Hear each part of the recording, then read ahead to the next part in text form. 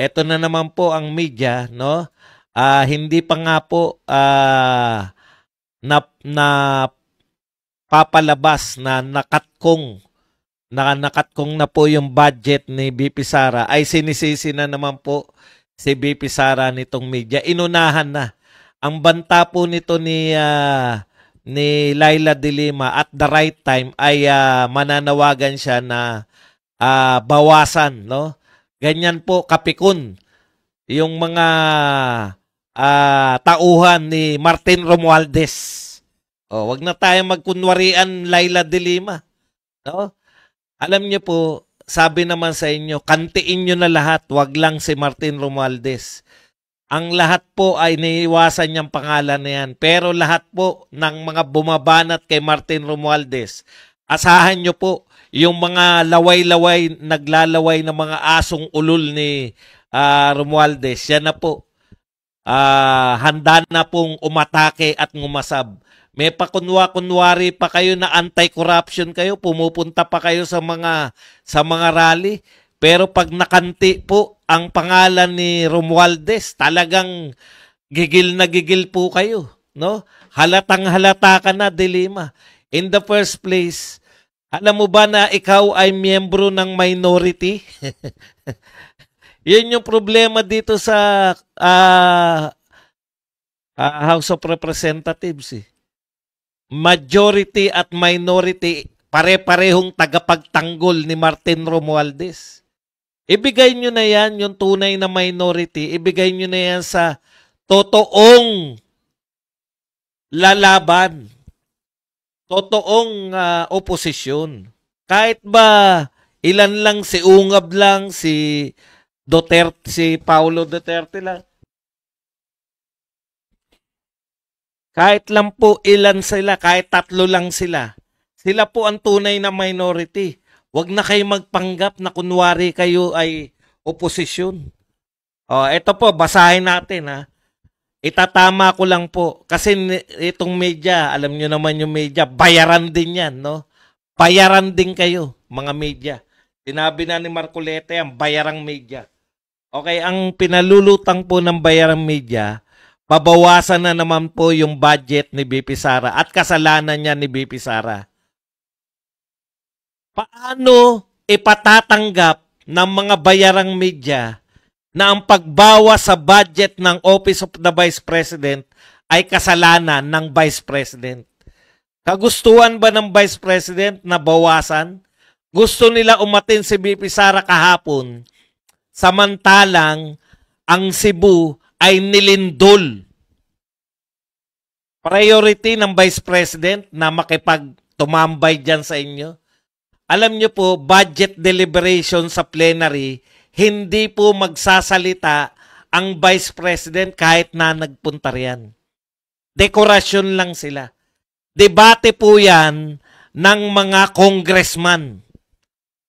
Sa plenary po, bawal magsalita yung mga tao.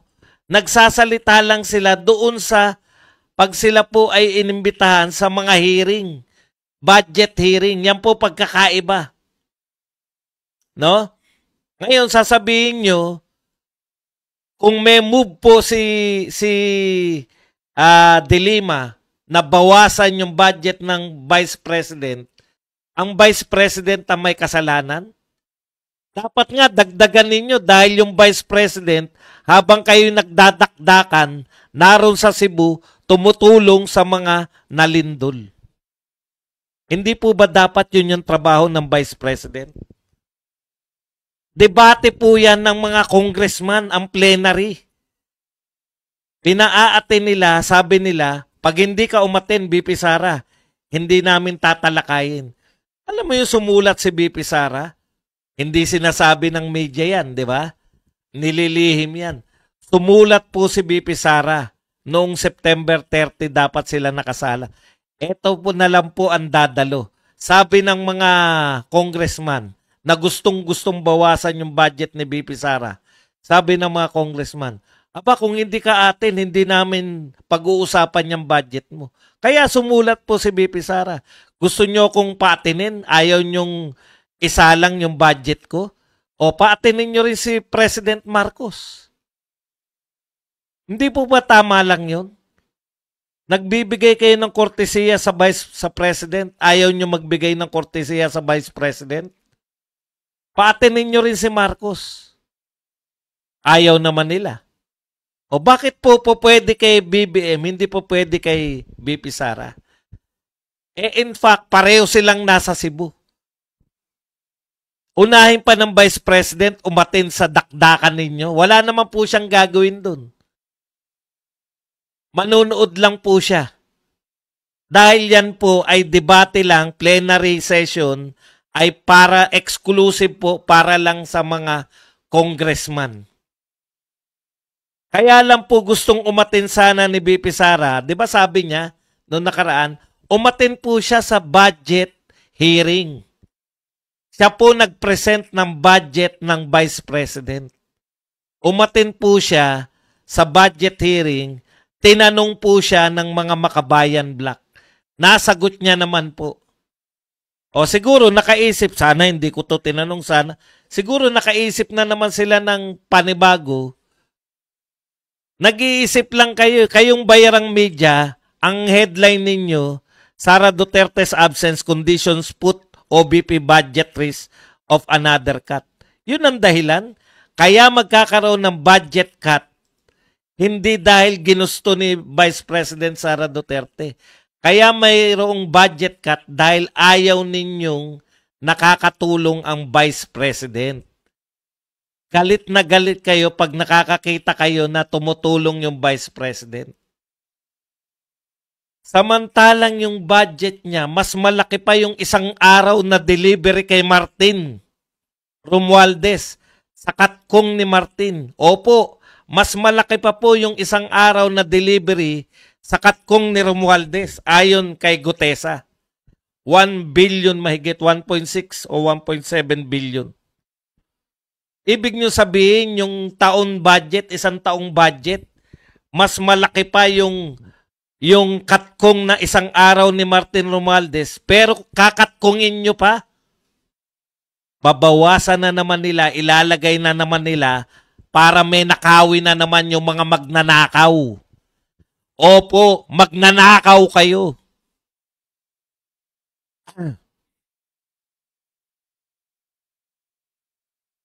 Hindi nga po eh.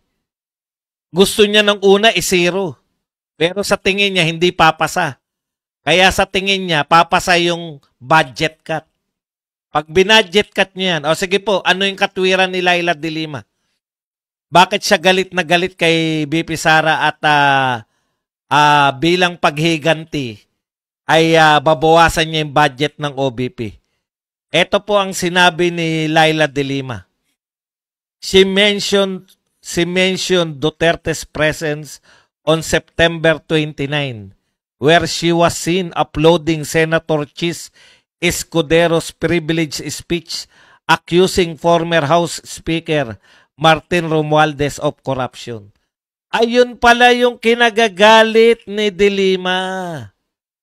Nakita niya umaten sa Senate si BP Sara at nakita niya na pumapalakpak sa speech ni Chis Escudero. Tuloy lang natin ha. De Lima pointed out the irony of how Duterte had no official reason to attend the Senate plenary but she refused to face the House where she is constitutionally required to defend her office budget. Ayun pala yun, no? Sa hinaba-haba po ng prosesyon, natukoy din natin kung bakit nanggagalaiti. Nanggagalaiti pala si De Lima kasi nakita niya na habang sinisiraan ni Chis Escudero, yung kanyang amo na si Martin Romualdez, kaya pala galit na galit si Laila de Lima. Kaya mo bang patunayan, Badong, na amo niya si Romualdez? Hindi. Wala akong pakialam. Pero kung ang katwiran mo, kaya ka nang gagalaiti kay BP Sara dahil nakita mo na pumapalakpak siya habang binabanatan Chis Escudero, si Martin Romualdez, hindi ko mapapatunayan na amo niya si Martin. Pero lalong hindi ko mapapasabulayan. Lalong hindi ko mapapahindian na wala silang kaugnayan. Malisyoso ba ako? Pucha, hindi na usapin to na malisyoso. Mga hayop kayo, panay kayo magnanakaw. Tingnan nyo. Usapin pa yan na malisyoso kami. Malisyoso pa kami. Magnanakaw kayo. Bilyon-bilyon, daang bilyon, trilyon na ninanakaw ninyo. Masasaktan pa yung damdamin mo dahil pumalakpak si BP Sara. For your information, si BP Sara kaya naroon budget hearing ng Office of the Vice President sa Senate. Nagkataon na total mag-i-speech si Chis Escudero na nag-stay na siya ron. Alam niyang may palabas. Diba? Alam niya na yun. Vice President yan. Alam nga naman hindi siya sabihan. Sinabihan siguro siya, no? Stay ka muna, BP. At merong pasabog si Chis Escudero. Nag-stay naman. Yun lang, dahil doon nagagalit ka. Kung ito po ang sinabi mismo ni Laila de Lima. At sisikapin ko pong gayahin kung paano niya sinabi to. If she can afford to be showing herself up to the Senate, including being there and uploading the former Senate President in his privileged speech, which is definitely not part of her mandate as Vice President, why can she spare a few moments of her time attending to her official function as Vice President to defend the budget of her office? Yan po ang sinabi. Pati po yung hilatsa ng pagmumukha niya. Ganyan na ganyan po yung hilatsa ng pagmumukha niya.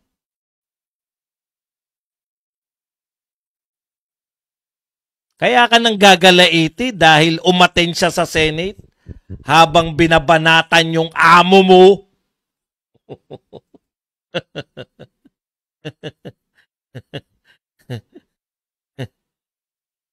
Diba? Ganun naman talaga magsalita yung tao na yan eh. Na ginagaya ng idol niya na si yung isa rin na pamangkin niya.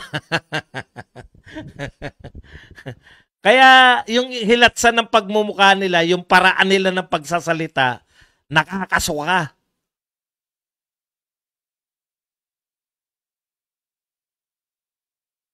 Ganyan naman magsalita yan, hindi, pati yung mga parang malumanay na kala mo na pinipigilan ang tae po siya.